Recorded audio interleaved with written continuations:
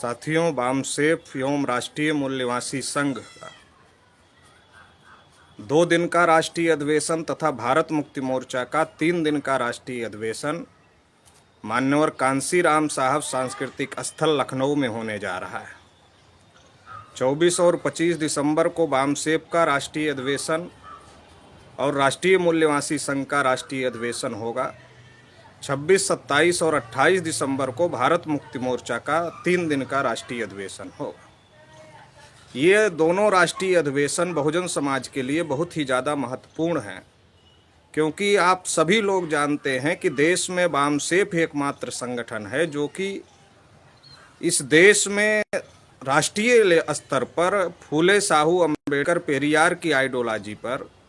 जगदेव प्रसाद कुशवाहा, ललई सिंह यादव, आर्यल चंदापुरी,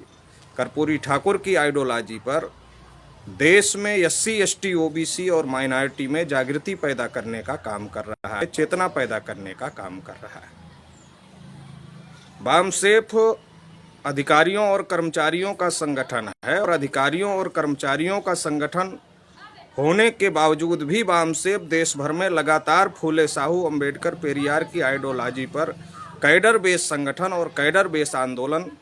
निर्माण करने के काम में लगा हुआ है। और आज देश में अगर हम देखते हैं तो बहुत बड़े पैमाने पर अगर SC, ST, OBC और माइनॉरिटी में जागृति दिखाई दे रही है, तो उस जागृति में अगर सबसे बड़ा रोल, सबसे बड़ा योगदान अगर किसी का है तो सबसे बड़ा योगदान बामसेफ का है। और बामसेफ ने निरंतर, जैसा कि आप लोग देख रहे हैं कि बामसेफ का ये 39वां राष्ट्रीय अधिवेशन है, तो लगभग 40 सालों से ज़्यादा से बामसेफ लगातार समाज में SC, ST, OBC और माइनॉरिटी के लोगों को सचेत करने का काम, जागृत करने का काम, चैतन्य करने का काम कर रहा है। जहां एक तरफ RSS के लोग लगातार देश में SC, ST, OBC के लोगों को गुमराह करने का काम कर रहे हैं, SC, ST, OBC के लोगों को भड़का करके और लगातार उनका मिसयूज करने का काम कर रहे हैं और उनका ही समर्थन लेकर के उनके खिलाफ में साजिश करने का काम कर रहे हैं। वहीं दूसरी तरफ बामसेफ लगातार SC, ST, OBC माइनॉरिटी को उनके हक अधिकारों के बारे में जागृत करने का काम कर रहा है। और जैसा कि मैं बार बार कहता हूं कि इस देश में अगर सबसे बड़ा घोटाला कोई हुआ है तो इतिहास का घोटाला हुआ है। इस देश में पिछड़े वर्ग का गौरवशाली इतिहास है, शेड्यूल कास्ट, शेड्यूल ट्राइब के लोगों का गौरवशाली इतिहास है, मगर इस देश में जो बहुजनों का इतिहास है उस इतिहास को दबा दिया गया है, उस इतिहास को छुपा दिया गया है। उस इतिहास को भी उजागर करने का काम, हमारा इतिहास क्या है, हमारी विरासत क्या है, हमारी पूंजी क्या है, उसको उजागर करने का काम, उस हमारे अंदर गर्व और गौरव पैदा करने का काम, और हम कौन सी दिशा में हमारे समाज को चलना चाहिए वो दिशा देने का काम देश में अगर कोई कर रहा है तो बामसेफ नाम का संगठन कर रहा है। और इसलिए देश में आज की तारीख में जब ऐसी ताकतें फन उठा रही हैं, जब ऐसी ताकतें सक्रिय हो गई हैं जो संविधान को ख़त्म करना चाहती हैं, लोकतंत्र को ख़त्म करना चाहती हैं, ऐसे समय में जो बामसेफ की अपनी भूमिका है वो बहुत ज़्यादा महत्वपूर्ण हो गई। तो बामसेफ लगातार कैडर बेस ऑर्गेनाइजेशन, जिस प्रकार से RSS एक कैडर बेस ऑर्गेनाइजेशन है, उसी प्रकार से बामसेफ हमारे महापुरुषों की आइडियोलॉजी को लेकर, हमारे हक अधिकार को लेकर के एक cadre base organisation, cadre base संगठन है। और वैचारिक रूप से आज की तारीख में बामसेफ की जागृति की वजह से RSS को वैचारिक रूप से बामसेफ के लोगों ने परास्त कर दिया है जागृति की वजह से। इसलिए कभी मोहन भागवत को कहना पड़ता है कि कश्मीर से कन्याकुमारी तक सबका DNA एक है। कभी उनको ये कहना पड़ता है कि अब घोड़ी पर चढ़ने वाली बात पुरानी हो गई, मूंछ रखने वाली बात पुरानी हो गई, अब भेदभाव नहीं होना चाहिए। ये तमाम बातें इसलिए उनको कहना पड़ता है क्योंकि कहीं ना कहीं बामसेफ की जागृति की वजह से आज देश में बड़े पैमाने पर SC, ST, OBC माइनॉरिटी के लोग जागृत हुए हैं। वहीं दूसरी तरफ भारत मुक्ति मोर्चा, चूँकि बामसेफ अधिकारियों कर्मचारियों का संगठन है जो लोगों को जागृत तो कर रहा है, लेकिन संगठित भी कर रहा है, लेकिन सड़कों पर उतर नहीं सकता है क्योंकि अधिकारी कंडक्ट रूल से बंधे हुए होते हैं, सर्विस कंडक्ट रूल उनके ऊपर लागू होता है, इसलिए वो सड़कों पर नहीं उतर सकते हैं। इसलिए एक दूसरा संगठन भारत मुक्ति मोर्चा नाम का संगठन, जो गैर कर्मचारियों का संगठन है, नॉन एम्प्लॉइयों का संगठन है, उस संगठन को 2010 में तैयार किया गया और 12वां राष्ट्रीय अधिवेशन उसका होने जा रहा है। तो लगातार जो है भारत मुक्ति मोर्चा के माध्यम से SC ST OBC और माइनॉरिटी के तमाम मुद्दों को लेकर, उनके हक अधिकार को लेकर लगातार सड़कों पर संघर्ष करने का कार्यक्रम चल रहा है। चाहे जाति आधारित जनगणना का मुद्दा हो, चाहे रिजर्वेशन का मुद्दा हो, या निजीकरण का मुद्दा हो, या MSP गारंटी कानून का मुद्दा हो, ऐसे तमाम मुद्दों पर लगातार भारत मुक्ति मोर्चा सक्रिय भूमिका में दिखाई दे रहा है। तो वामसेप जहां एक तरफ लोगों को जागृत करने का, संगठित करने का, और SC ST OBC और माइनॉरिटी में जो दूरियां ब्राह्मणवादी ताकतों द्वारा, मनुवादी ताकतों द्वारा पैदा की गई थी, उन दूरियों को ख़त्म करने की लगातार कोशिश चल रही है। SC ST OBC माइनॉरिटी के मुद्दों को नेशनल एजेंडे में लाने का काम किया जा रहा है। तो वहीं भारत मुक्ति मोर्चा उन तमाम मुद्दों को लेकर सड़कों पर उतरने का काम लगातार कर रहा है, लड़ाई लड़ने का काम लगातार कर रहा है। तो इसलिए ये जो अधिवेशन होने जा रहा है वामसेप और भारत मुक्ति मोर्चा का, ये एक बहुत महत्वपूर्ण अधिवेशन है। वो भी उत्तर प्रदेश जैसे बड़े राज्य में ये अधिवेशन होने जा रहा है। तो ये अपने आप में बहुत ज़्यादा महत्व रखता है। इस बात को हम लोगों को समझने की ज़रूरत है। आज देश में जब विपक्ष डरा हुआ है पूरी तरीके से, और विपक्ष CBI ED से डराया गया है और विपक्ष को चुप किया गया है, ऐसी स्थिति में भारत मुक्ति मोर्चा के राष्ट्रीय अध्यक्ष वामन मेश्राम के आह्वान पर 2.5 से 3 लाख लोग RSS हेडक्वार्टर पर महामोर्चा ले जाने के लिए पहुंच जाते हैं। तो आप समझ सकते हैं कि आज मुख्य विपक्ष की भूमिका अगर कोई अदा कर रहा है, संसद के बाहर अगर सड़क पर विपक्ष की कोई भूमिका अदा कर रहा है, तो भारत मुक्ति मोर्चा अदा कर रहा है। तो आज बहुत महत्वपूर्ण वामसेप और भारत मुक्ति मोर्चा का जो योगदान है देश के लिए, वो आज बहुत महत्वपूर्ण हो गया है। और इस परिस्थिति में आज बहुत बड़ा राष्ट्रीय अधिवेशन उत्तर प्रदेश के लखनऊ में होने जा रहा है। तो इस अधिवेशन के भी अपने मायने हैं, क्योंकि ये जो अधिवेशन होता है इसमें देश भर से लोग आते हैं, लगभग 31 राज्यों से लोग आते हैं, 568 जिलों से लोग आते हैं, और अलग अलग बोली के, अलग अलग भाषा के, अलग अलग क्षेत्र के लोग आते हैं। एक प्रकार का मिनी भारत बसाने का काम 5 दिन के लिए होता है, और उस मिनी भारत में अलग अलग बोली भाषा के लोग रहते हैं। लेकिन जो संकल्पना बाबा साहब अम्बेडकर ने जिस भारत की थी कि हमें समता, स्वतंत्रता, बंधुता और न्याय के आधार पर समाज और राष्ट्र का निर्माण करना है, उसका एक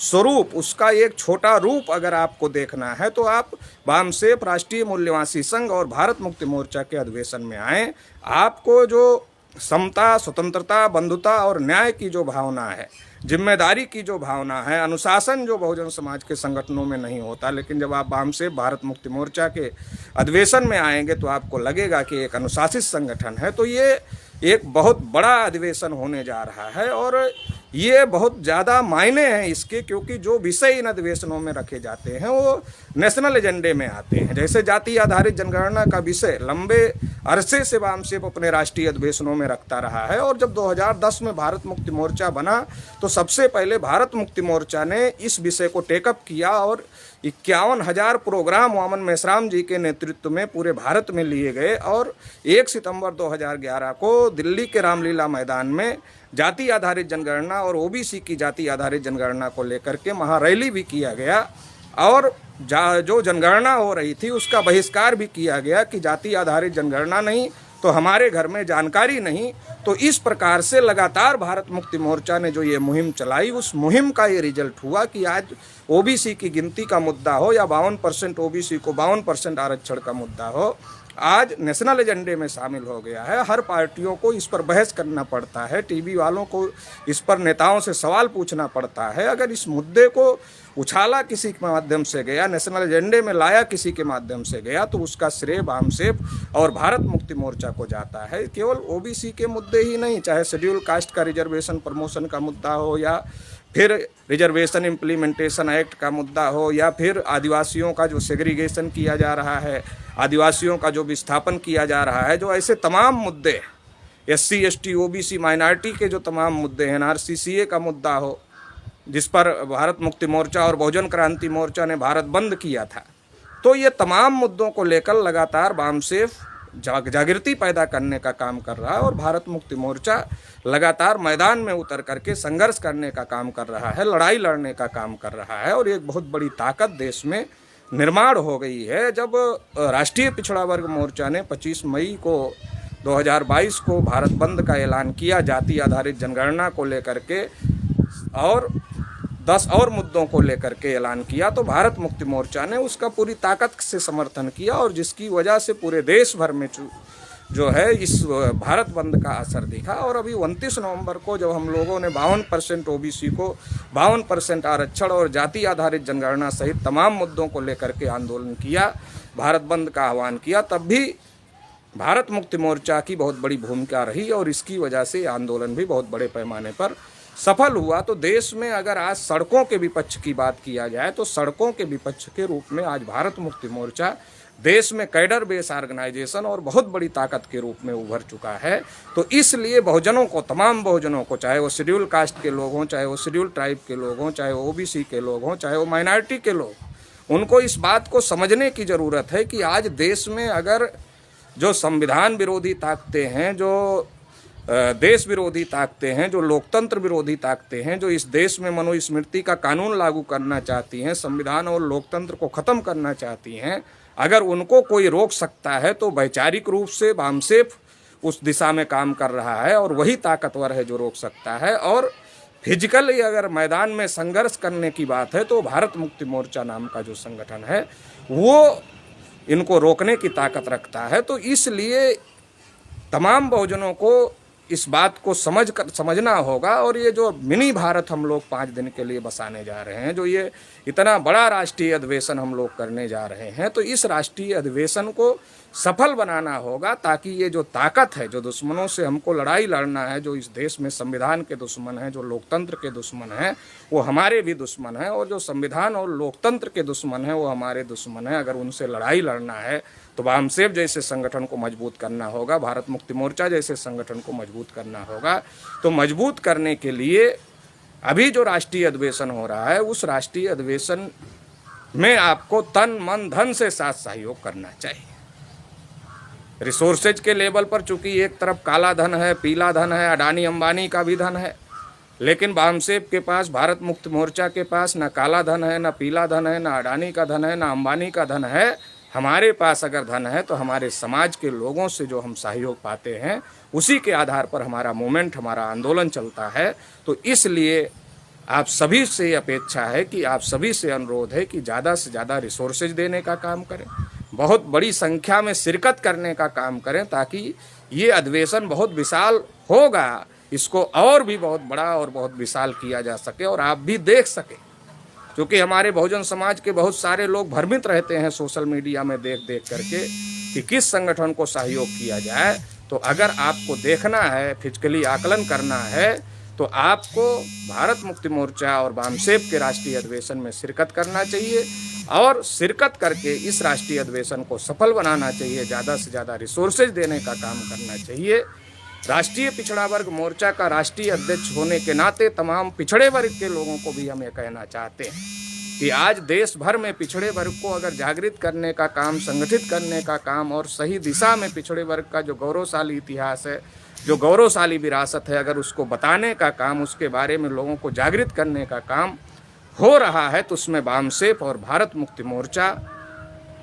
का योगदान बहुत बड़ा है। वामसेफ और भारत मुक्ति मोर्चा के जो राष्ट्रीय अध्यक्ष है वामन मेश्राम साहब, वो लगातार इस मुहिम में लगे रहते हैं, लगातार इस कोशिश में लगे रहते हैं कि ओबीसी का संगठन निर्माण हो, ओबीसी के अंदर लीडरशिप निर्माण हो और ओबीसी के लोग अपने हक अधिकार के बारे में सचेत हो। एक तरफ जहां आरएसएस है जो हिंदू के नाम पर ओबीसी का केवल सपोर्ट लेता है, केवल समर्थन लेता है और समर्थन लेकर के ओबीसी को उनके हक अधिकारों से वंचित करने का काम करता है, हमारे ही समर्थन से हमारे ही हक अधिकार खत्म करता है, वहीं दूसरी तरफ वामसेफ और वामन मेश्राम साहब जैसे नेता हैं जो कि लगातार पिछड़े वर्ग को जगाने का काम, पिछड़े वर्ग का संगठन निर्माण करने का काम और राष्ट्रीय पिछड़ा वर्ग मोर्चा का जो भी आंदोलन होता है उस आंदोलन को बहुत बड़ी ताकत के साथ में समर्थन देने का काम कर रहे हैं। तो इसलिए आज देश में पिछड़े वर्ग को भी वामसेफ और भारत मुक्ति मोर्चा जैसे संगठनों की ज़रूरत है। इसलिए राष्ट्रीय पिछड़ा वर्ग मोर्चा का राष्ट्रीय अध्यक्ष होने के नाते तमाम पिछड़े वर्ग के लोगों को भी हमें आह्वान करना चाहते हैं कि अगर आप अपना वास्तविक इतिहास जानना चाहते हो,